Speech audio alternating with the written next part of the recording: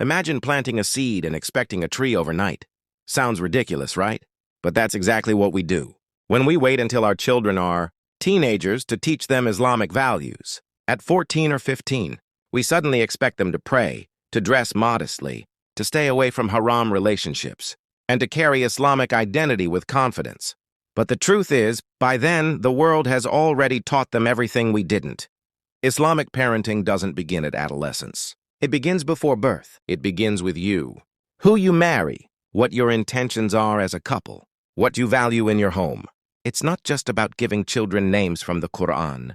It's about building a home that lives the Quran. When a child grows up hearing Bismillah before meals, watching you wake up for Fajr, seeing you lower your gaze and control your anger, those aren't just moments.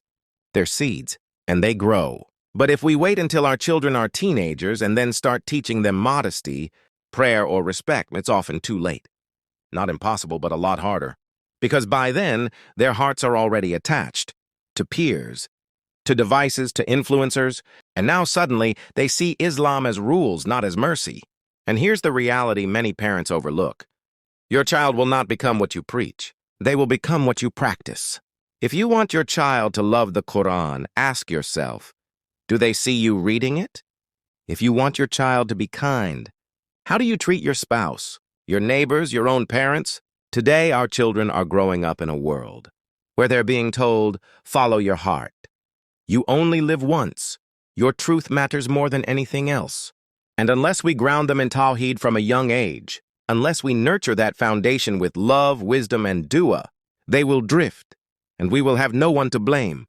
So start early. Talk to your child about Jannah, not just grades. Celebrate their salah like you would celebrate a school award. Let them see your tears in dua. Let them feel the peace in your home when Quran is playing.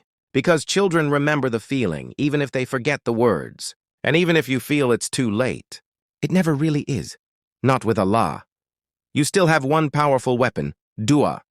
Be righteous yourself, because Allah saved the orphans in Surah Al-Kahf not because of their actions, but because their father was a righteous man. This is the legacy we need to leave. Not just a career or inheritance, but a child who remembers Allah long after we're gone. This is Islamic parenting, and it starts now.